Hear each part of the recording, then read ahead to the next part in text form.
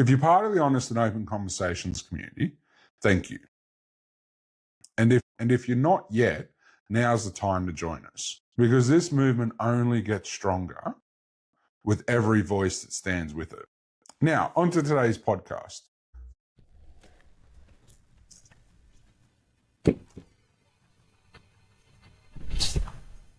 Seven days into 2026, and if you're waiting for things to calm down, you're already behind. The world isn't becoming more normal. It's becoming more honest about how broken it really is. By the time this podcast goes live, we are 7 days into 2026, and already so much has happened. And what that tells us is simple. If you are hoping 2026, both domestically and internationally, might be a bit more normal or a relaxed year, I'm afraid it doesn't look like it. But one thing you can be assured of is that the tribal totalitarian collectivists among us are not giving up without a fight. And their mouthpieces in the mainstream media are still doing their master's bidding. Today I want to cover 3 stories that I believe will be pivotal this year. I'm going to show you how this matters to every single Australian. I'm also going to explain how all this connects to tribal totalitarian collectivism and why that matters if we ever want to see a truly relaxed or normal year again. The first story is the use of force by President Trump's administration to capture Nicolás Maduro. Before anyone reacts emotionally, it's important to understand some widely agreed upon facts. Maduro has been the leader of Venezuela since 2013. He has remained in power through disputed elections. He has consolidated control over state institutions. He has presided over economic and humanitarian collapse. He has suppressed political opposition, and he has overseen one of the largest mass emigrations in modern history. In the 2024 election, the Venezuelan opposition and several major international governments said the opposition had won the election. However, the Maduro regime declared itself victorious, refused to release verifiable results, and blocked any independent audit. As a result, the election's legitimacy is widely disputed, and Maduro retained power without credible confirmation of the outcome. So let's be clear. Anyone claiming Maduro is anything short of a psychopath that the world would not miss is kidding themselves, especially when you look at who his biggest supporters are: China, Russia, Iran, and Cuba. If only North Korea were publicly backing Maduro's flawed regime, we'd have a royal flush of the world's worst despots supporting each other. All of those despots pose a real and direct threat to our way of life here in Australia. And these leaders share something else in common. They all subscribe to different, but just as damaging, tribal, totalitarian, collectivist ideals. The same ideas that brought us every recent terrorist attack, including the Bondi terrorist attack. The United States has formally indicted Nicolás Maduro on charges including narco-terrorism, drug trafficking, corruption, human rights abuses, election manipulation, and sanctions evasion. Maduro denies these allegations, but they form the basis of US sanctions and international isolation.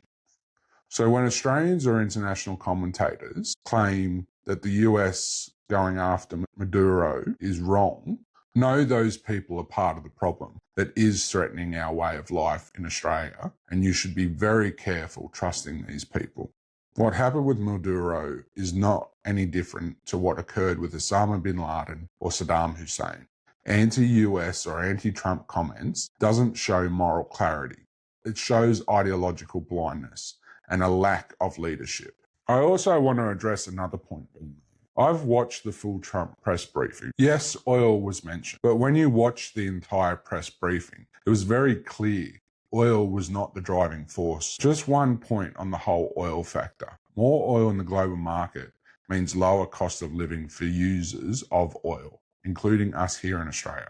The dishonesty from commentators is not surprising, but it is still deeply disappointing. It demonstrates these commentators haven't learnt a thing and are still doing the bidding of their masters. Now, here's a statistic. People need to understand. According to the Centre for Disease Control, also known as the CDC, the drug overdose deaths in the United States have recently reached around 100,000 per year. That is more civilian deaths than the total number of American soldiers lost in Vietnam, Korea, and the Middle East conflicts combined. That is almost as much as the United States lost in World War II over a 4-year period. To give you an Australian context, America is losing almost as many people from drug overdoses as we lose here in Australia from all deaths. Australia loses 187,268 from all causes of deaths a year. Most of the drugs and trafficking, as I understand it, goes through Venezuela, not to mention the murders and the other serious crimes committed by Venezuelan gangs that Maduro allows out of his prisons and psychological hospitals to cross illegally into the US. Think about whether or not we'd want our government to stop that type of threat if it was happening here in Australia. The second story is the potential downfall of the Iranian government, brought about by its own people.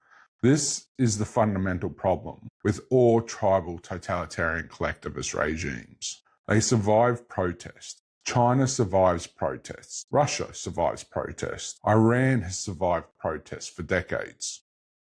Legitimacy collapse is what all tribal totalitarian collectivist governments fear. Legitimacy collapse occurs when the population no longer believes the moral story of the regime. Fear stops working as a stabilizing force, and the ruling class must escalate repression just to maintain normality. Iran has entered that phase. The 1979 Islamic Revolution was sold as a moral uprising against corruption, against decadence, against tyranny. But it was a lie, a takeover justified by ideology. The same poisonous ideology that has threatened the Western world for the last 25 plus years, including here in Australia, and was at the core of the Bondi terrorist attack. Now comes the hard question. If the clerical regime collapses tomorrow, what replaces it? Iran is not Poland in 1989. It is not post-Soviet Eastern Europe. There are ethnic divisions, religious divisions, factional elites. A regime collapse does not guarantee freedom, but neither does the regime's survival. That is the moral bind Iran is trapped in. This matters to the West because Iran is a case study. What happens when ideology replaces accountability? Theology replaces consent. Fear replaces legitimacy. And if this sounds familiar here in Australia, it's because it is happening here in Australia under the flawed two-party system. That is why I outlined in a recent podcast on President Trump's presidency that when you have a government full of tyrants, you often need help from strong leaders abroad. I have publicly asked President Trump to help us here in Australia. To President Trump's credit, he has made it clear that he and his administration are backing the Iranian people, and that if the mullahs use state-sanctioned force against protesters as they normally do, the United States will intervene. That is true leadership. President Trump's administration has also indicated support for us here in Australia and for their own people, subpoenaing Julie Inman Graham. Now, the third story. The Albanese government's refusal to hold a royal commission into the Bondi terrorist attack and anti-Semitism. A royal commission exists to uncover the truth. When a government rejects one in the name of unity, you should ask Who is that unity really for? This should scare all Australians. Here is a clip of a press briefing if you haven't seen it. People who feel they have been... The Richardson Review will do is decide facts. The Richardson Review will do is decide facts. Where Royal Commissions are not as good is to consider things that are not agreed, where people have differences of views, and to enable, which is what it would do, a repetition of some of the worst elements. In terms of urgency, there has never been a Royal Commission which has been capable of acting with the speed that this inquiry will deal with. If you were to make those issues subject to a Royal Commission, it is not simply the people who feel they have been harmed by things that have been said or slogans that have been used who will be called. It will also be those who have made those statements. They will make submissions, they will, under a Royal Commission, be platformed, and all of that happens again. All of that happens again and gets relived. Now, no one can tell me that that is in the interest of unity, to re-platform some of the worst voices. But a Royal Commission, by definition, does that, and does that publicly. Now, I understand why families and different people would call for it. You know, you understand, you have the worst action, you think, oh, well, this is the biggest response. You understand why it's a logical starting point. But when you then look at, is it the right way to deal with national security? The answer is no. Is it the right way to deliver unity? The answer again is no. What the Richardson Review will do is decide facts. Because what we saw in that press briefing was pure incompetence. Labor are out of their depth. Let's talk about the word they keep using, unity. Unity means oneness, unification. But what happens when one group doesn't want unity? Under the idiot Minns and Albanese, the answer to that question is to ignore them until they slaughter 15 people and then restrict the victim's freedom further. The question the incompetent press should be asking, what is the exact Australia you're trying to unite? According to ABS data, the majority of Australians are white and either Christian or non-religious. Yet Minns wants the police to throw the book at people, handing out pamphlets that represent this group, because apparently, in his words, that's a crime. And that tells you everything. This isn't leadership, it's abdication. Australia is now in a constitutional crisis because accountability has collapsed. Politicians protect politicians. Elites protect elites. And with all due respect, I'm sure Dennis Richardson has all credentials expected to complete such a report. I personally have no respect for those credentials though. These credentialed elites are what got us here. So relying on them to get us out of here is insane. Yet the people are expected to trust and obey incompetent leaders in the name of unity. That is not unity. That is submission. Albanese swore an oath to serve the Constitution, the Australian people, and this land. He later admitted he could have done more at Bondi.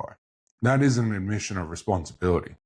Yet unity was prioritised over safety. Truth was sacrificed for optics. And accountability was abandoned.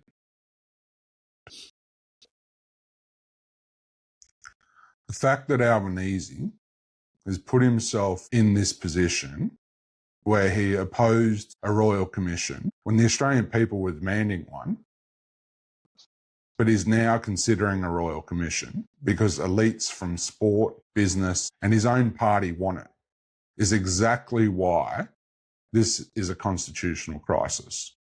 Accountability delayed for political convenience is not leadership. It is constitutional failure. And that is why this moment matters. Because if we accept this, we accept the end of meaningful self-government.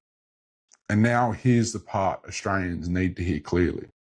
What you are experiencing right now is not unique. It is familiar. This is exactly what people in other countries felt before their systems hardened. before Hungary, before Turkey, before Venezuela, before Iran. Not tanks in the streets, that comes later. Not mass arrest, that also comes later. But language changing, accountability reframed as division, the truth treated as a threat to unity, institutions protecting themselves instead of the people they exist to serve. Authoritarianism doesn't arrive announcing itself. It arrives asking for patience, for calm, for trust, for silence just a little longer. And everyone learned too late that once accountability becomes optional, freedom becomes temporary. For years, Australians have been told that President Trump is the problem, that he causes instability, that he makes the world more dangerous. That is backwards. What Trump represents and what his administration delivers is not chaos, but clarity. Clear lines, clear deterrence. Adversaries know where the line is. And more importantly, they know what happens when they cross it. That's why despots fear President Trump. That's why authoritarians test weak leaders and avoid strong ones. People joke about it online as fuck around and find out. Strip away the meme, and what it really means is actions have consequences. Power has limits, and rules only matter when someone is willing to enforce them. International law isn't real. Force is what makes rules real. Everything else is theatre. Trump didn't create global instability. He confronted it. He didn't invent enemies. He refused to pretend there weren't enemies. And that matters because norms don't protect you. Good intentions don't stop bad actors. And words don't deter aggression. Only strength does. And constitutions do not enforce themselves either. They only work when citizens demand accountability and leaders are willing to back it with resolve. So this moment isn't about left or right. It isn't about personality. It's about reality. Because once silence becomes the price of unity, you are no longer choosing peace. You're choosing decline.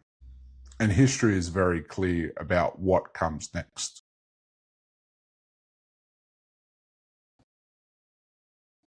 This is honest and open conversations, unfiltered, unrestricted, unapologetic. The fight for truth isn't over, it's just getting started. I want to thank every single one of you, our listeners, our followers, and especially our members. Your support is the reason this show exists. This platform was built for people like you.